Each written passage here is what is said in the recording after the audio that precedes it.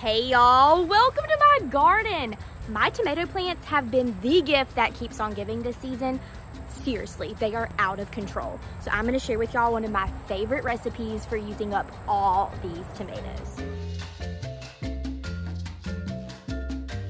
I'm pretty new to this whole tomato gardening thing. This is one of my first years doing tomatoes in a garden this big. So Paige and I, which you've heard me talk about Paige, she's my roommate, we started every plant in this garden from seed this year, and we are proud plant parents. 3 things that I've learned from tomato growing. Don't plant your tomato plants too close together, or else your tomatoes are gonna get so big that you can't harvest them. Make sure that you prune your tomato plants as they go, and don't get just like too excited that you're getting so many tomato plants. By pruning them, it actually helps force all of the nutrients into the tomatoes that you actually have instead of spreading them out over the entire plant. So you actually get better tomatoes. You may get a little bit less tomatoes, but better tomatoes to me is better than less quality tomatoes. Third thing, tomatoes take a lot of water. They need about 1 inch to 2 a week, and it's better to actually water them from the bottom and not from the top. Yes, obviously rain comes from the sky, so it's going to be watering your tomato plants from the top, but when you are watering them with a hose, make sure you do it from the bottom. It actually concentrates the water. The roots grow down super deep, so you want to keep that soil pretty moist. And also, you're probably gonna want to use a natural pesticide just to keep some bugs off of it. You can use things like 7 dust. One thing that I have learned major this year, potted tomato plants take way more water than plants in your garden. So just be mindful of that if you have tomato plants in pots, which is great for if you're living in an apartment or an area that you can't have a garden in, you're going to need to water your tomatoes every single day without fail. They use up so much water. If you have a bigger garden like this though, you can probably skip every other day. The main thing about tomato growing though, just make sure you keep them on a regular watering cycle and you will have guaranteed perfect tomatoes. All right, I have all of my tomatoes, so many of them from the garden. Now in all of my tomato gardening experience this year, I have been doing a lot of Googling for tomato recipes. I went on southernliving.com and I came across this roasted cherry tomato recipe that you're supposed to put on top of bruschetta. And I was like, why stop there? There are so many uses for roasted cherry tomatoes. Literally, the possibilities I think are endless. So let's make roasted cherry tomatoes and talk about all the ways that we can use them. Now, y'all know how much I hate dishes, and I am always team put a piece of foil or parchment down on a sheet tray to lessen the dish load that I have.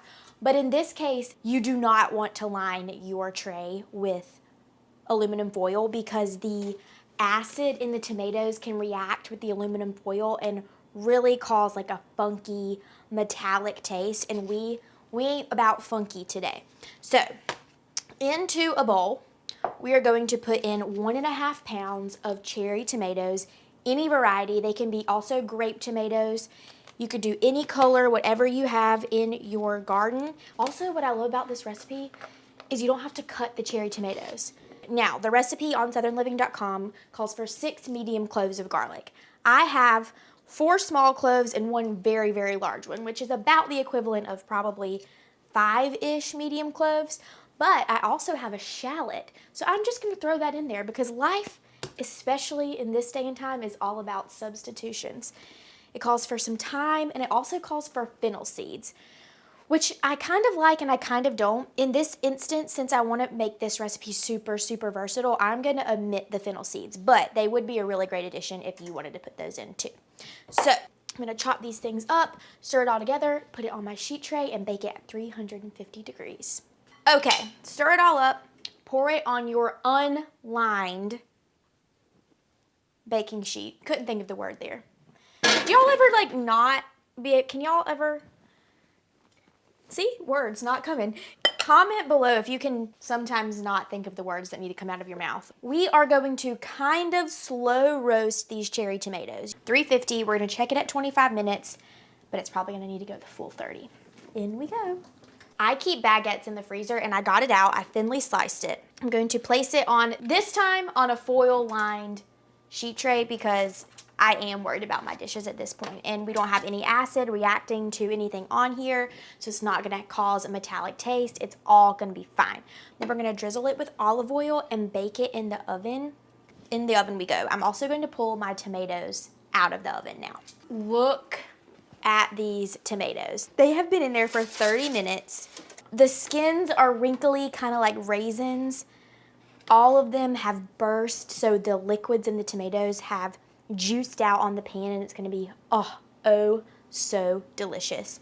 So took the tomatoes out. I have room for my toast, so I'm gonna put that in and let that roast, and we can talk about this tomato situation that we have going on. After you remove your thyme sprigs, this stuff is ready to use. I'm going to put some of this in here, put it in my food processor, and make a roasted cherry tomato vinaigrette. Since I'm going to be using it multiple ways, I'm not going to use all of it, plus this would make so much vinaigrette. I am going to transfer about half a cup of this tomato mixture, including the shallots, including the garlic, and all of the juicy oil saucy stuff, into my food processor. So this is about half a cup. And then I'm going to run it in my food processor on high just until it's pretty smooth. And then I'm gonna add in some balsamic vinegar. If you don't have balsamic, you could easily use red wine vinegar or sherry vinegar that we put in the roasted cherry tomatoes. I'm gonna add in then a little bit more olive oil, and that's it. Roasted cherry tomato vinaigrette. So good. Okay, that's like 15 seconds in the food processor. It looks like tomato sauce. So at this point, you could use this as tomato sauce. You could still spoon this over meat. The possibilities are endless. Have a food processor. If you don't have one, you could put it in a blender. You could use an emulsion blender, you name it. To this, some balsamic vinegar. I'm going to add 1 tablespoon. 1 tablespoon of olive oil. And then run that again in my food processor. Yum at this. I'm so excited to use this on the salad.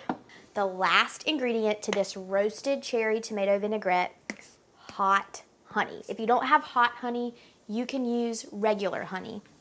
I'm gonna add in about a teaspoon.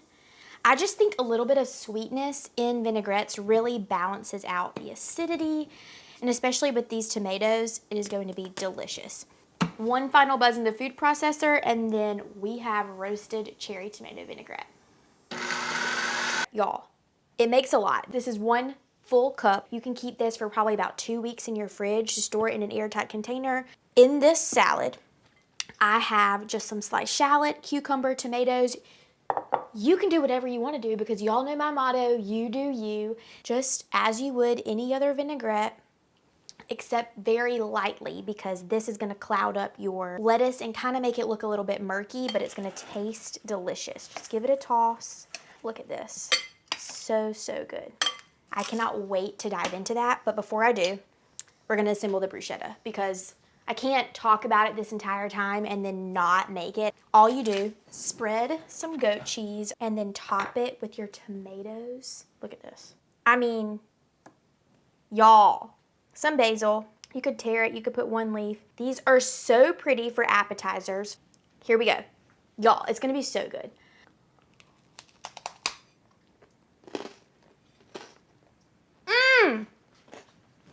This is so good. Like I said, you can use any kind of cheese. The goat cheese is amazing.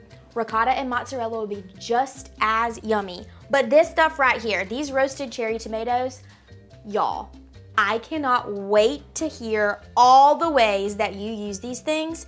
Put it in the comments on this video while you're there. Be sure to give us a thumbs up. Tag me at Odom with all the ways that you use it. I can't wait to see them, and share them on my own Instagram story, because I just love hearing from y'all and the ways that you use all of these recipes, but especially this one, because this is a you do you scenario, and y'all know that is my thing. I hope you've enjoyed this video. Give it a thumbs up. I will see y'all next week making something else really, really cool and amazing. In the meantime, happy tomato season. Cheers, y'all.